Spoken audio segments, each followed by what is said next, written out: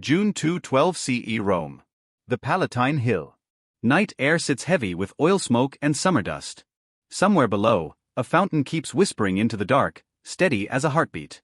Torches along the palace corridor spit and crackle, throwing long, restless shadows across polished stone. A young palace clerk, barely old enough to grow a proper beard, stands at a door he has been told never to open. Wax tablets pressed tight to his chest. His sandals squeak once, too loud, and he freezes. From inside, he hears laughter. Not warm laughter, sharp, private, dangerous. Then a man's voice, low and strained, as if he's pleading or bargaining. Then silence. The clerk swallows the taste of smoke and fear. He has carried messages for senators. He has copied military reports. He has watched men with medals walk in and never walk out. But tonight feels different. Tonight feels like the empire is holding its breath, listening at a keyhole. And then the door latch clicks from within. The clerk doesn't move. Because whatever is happening in that room isn't just a secret. It's a weapon.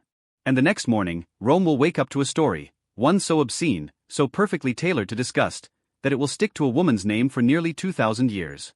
And the question is, did it happen, or was it made to happen? But before I tell you what happened behind that door, before we step into the fever dream of scandal, palace politics, and the ancient smear machine, there's something you need to understand. Because the shocking truth you've heard about Rome's most notorious empress is not just about sex. It's about control.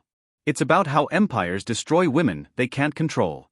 And it's about what people will believe when the story is useful. If you like dark history told like a cinematic documentary, where we slow walk the reveal, follow the paper trail, and separate propaganda from what was likely real, make sure you're subscribed. Leave a like if you want more Roman stories where the official version doesn't quite add up. And comment this: when you hear a scandal about a powerful woman, do you assume it's true, or do you assume someone wanted it to be true? Now, let's set the stage. Rome in the early 3rd century was not the marble postcard you see in museums. It was loud, superstitious, and crowded, an empire stitched together by roads, legions, taxes, and fear. The Senate still met. The titles still mattered. But real power had shifted. The emperor wasn't just a leader. He was the center of gravity. His favor made fortunes. His suspicion ended bloodlines. And behind the emperor, within the palace, behind the curtains, was the imperial household, family members, freedmen, guards, courtiers. A system that looked like luxury from a distance, but felt like a cage up close. This is where our story lives. Because when historians talk about Rome's most debauched empress, the name that rises like smoke is Julia Domna's sister, Julia Maesa's granddaughter, and the wife of Emperor Elagabalus, Aeneas Aurelia Faustina, sometimes. Or they mean Julia Soaemias, sometimes. Or they mean a woman who isn't even an empress in the strict sense, but became one in rumor. But the figure most often pinned to the word debauched in the imperial family of this period is tied to one man above all, Emperor Elagabalus, who reigned from 218 to 222 CE. And here's where sources begin to fracture. The most lurid stories about Elagabalus and the women around him come primarily from hostile ancient writers, especially the Historia Augusta, a late Roman collection that historians treat with caution because it mixes fact, rumor, and invention. Cassius Dio, a senator who lived through parts of the era, is also a key source, but he writes with political bias and deep contempt for the emperor. Herodian offers another narrative, sometimes less salacious, but still shaped by the expectations of moral storytelling. Sources differ, historians debate, and that matters here. Because Rome didn't record scandal the way modern courts record evidence. Rome recorded scandal the way an empire records enemies. In ink. In gossip. In moral outrage. In stories designed to make a point. So who was the empress at the heart of this title? If we're talking about the woman most commonly dragged into the empire's dirtiest rumors, we're really talking about the women linked to Elagabalus's court, especially his mother, Julia Soaemias, and his wives, including Julia Paula and Aquilia Severa, a Vestal virgin he controversially married, according to ancient accounts. And if we're talking about horrific practices, we have to be precise. Ancient writers describe an environment of sexual scandal, humiliation rituals, and transgressive behavior, but the details are often exaggerated, moralized, and weaponized. The horror may be less about what physically happened and more about what Romans feared, the collapse of social order. That's the real monster under the bed. Because in Rome, sex was never just sex. It was status. It was dominance. It was politics.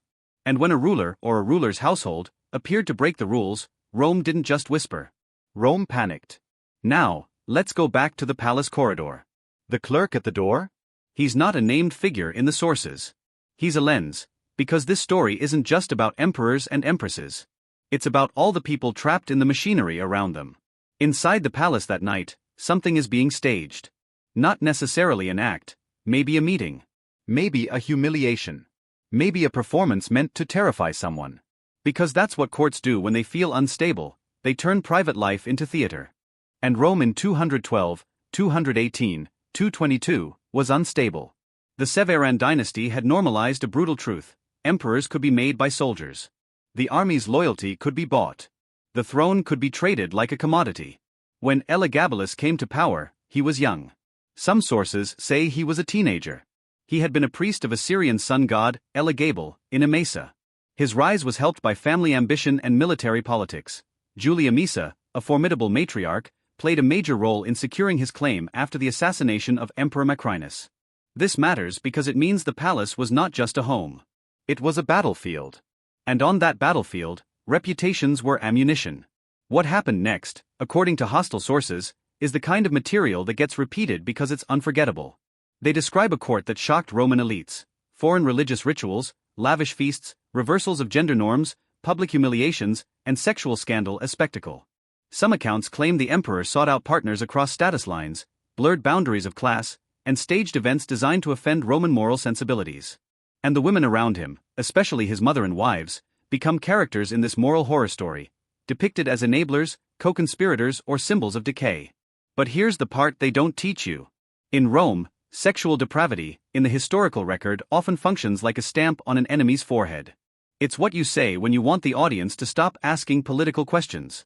Questions like, who funded the army? Who controlled the palace guard? Who benefited from purges? Who rewrote the law?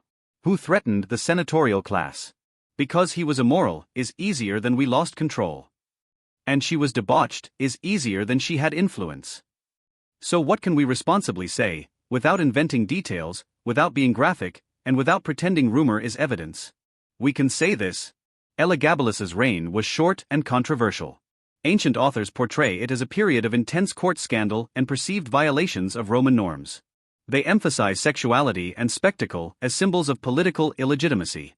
The most sensational claims, especially those involving extreme acts, are disputed and may be exaggerated or fabricated. Sources differ, historians debate.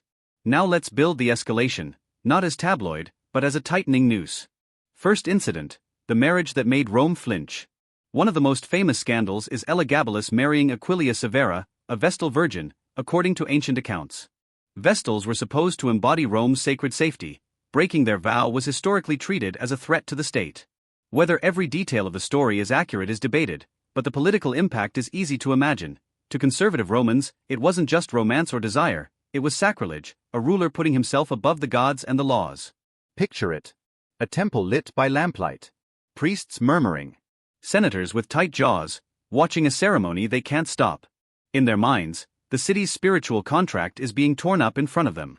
Consequence: the Senate's disgust hardens into fear. Because once a ruler can violate the sacred order publicly, what can't he violate? Second incident: the palace as stage. Ancient writers claim the court became obsessed with performance. Banquets turned into tests of loyalty, jokes that were really threats, gifts that were really traps. This is the part where it stops being scandal and becomes method. Because humiliation is governance when you don't have legitimacy. If you can make the elite feel powerless, make them laugh when they want to scream, you train them to obey. And within that environment, the Empress figures, mothers, wives, women of the household, become either shields or targets. Some sources imply Julia Soaemias wielded influence, others depict her as reckless. The problem is, we mostly hear these women through the mouths of hostile men writing for hostile audiences. So we should treat the details as contaminated. But we should not ignore the structure. A young emperor. A volatile court. A senate simmering with contempt. A military that expects payment. A family network pulling strings. Third incident: the pivot, when the jokes stop being funny. Because Rome is not patient with embarrassment. Behind the palace curtains, there's another court, the praetorian guard. Armed men, paid men, men who can decide that today is the day an emperor becomes yesterday's news. And according to the broad outline accepted by many historians, Elagabalus's support eroded. Julia Maesa, ever pragmatic, began to favor another grandson, Alexander Severus. Slowly, carefully, the empire's attention shifted to a new face, a safer face. This is where rumor becomes a blade. If you want to justify replacing a ruler, you don't just say he's ineffective. You say he's monstrous. You say the palace is corrupted. You say the women around him are corrupting Rome. And then, when the replacement happens, the public doesn't mourn. They celebrate. Peak event, the fall. In 222 CE, Elagabalus was killed, likely by the praetorian guard, and his mother Julia Soaemias reportedly died with him. Exact details vary by source, and some accounts are shaped for dramatic effect. But the result is clear, a violent regime change, wrapped in moral storytelling. And after the bodies are gone, the real work begins. Memory management. The new regime needs a before and after. They need a cautionary tale. They need to wash the palace with words. So the stories get darker. The claims get more lurid. The tone becomes less like reporting and more like punishment. Because if you can convince the world that the previous court was unspeakably corrupt, you don't have to explain the messy truth, that power changed hands through calculation, family politics, and armed force.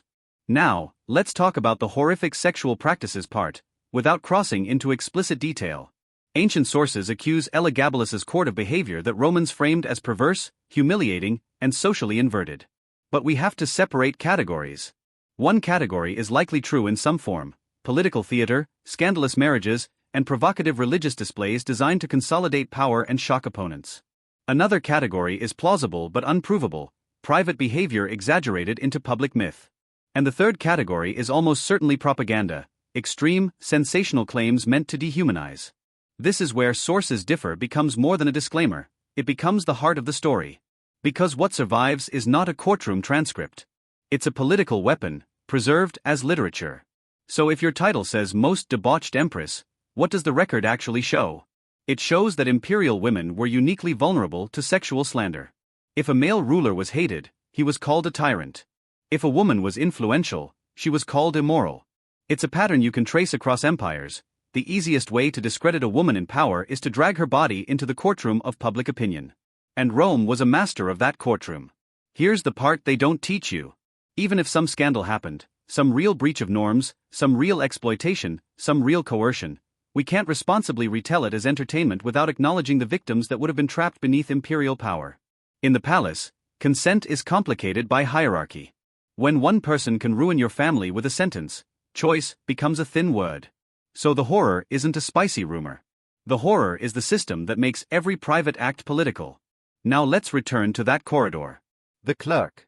The latch. The door. Imagine it opening just a crack. Warm lamplight spills onto the floor like liquid gold. A scent of wine, perfume, and burnt resin drifts out. A figure stands inside, someone important enough that the clerk can't look them in the eyes. A message is taken. A seal is pressed. A name is spoken softly, maybe as an instruction, maybe as a threat. And the clerk realizes something that will keep him awake for years. The scandal is not spilling out by accident. It's being released. Because Rome doesn't just have gossip. Rome has narrative. And narrative, in the hands of power, is a kind of poison. Reflection and meaning. This story is often told like a moral fable: decadent ruler, corrupt women, fallen Rome. But the deeper story is more uncomfortable. It's about how unstable regimes use spectacle to distract from insecurity. It's about how elites weaponize morality when they lose political control. It's about incentives, writers pleasing patrons, senators justifying their hatred, new emperors legitimizing themselves through contrast. And it's about how history remembers women. If an empress advised, she was manipulative. If she influenced, she was promiscuous. If she survived, she was dangerous. That doesn't mean every accusation is false. It means the accusations were useful, so they spread, and they stuck. Modern lens, not preachy.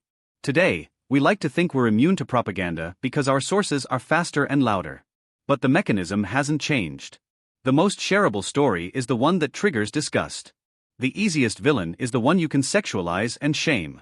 And once a reputation is painted in those colors, evidence becomes an afterthought. Rome understood that. Ending. Back to the Palatine Hill.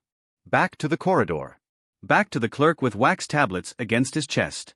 In the morning, the story will move through the city like smoke, from palace servants to street vendors, from taverns to temples, from senators' dining rooms to soldiers' barracks.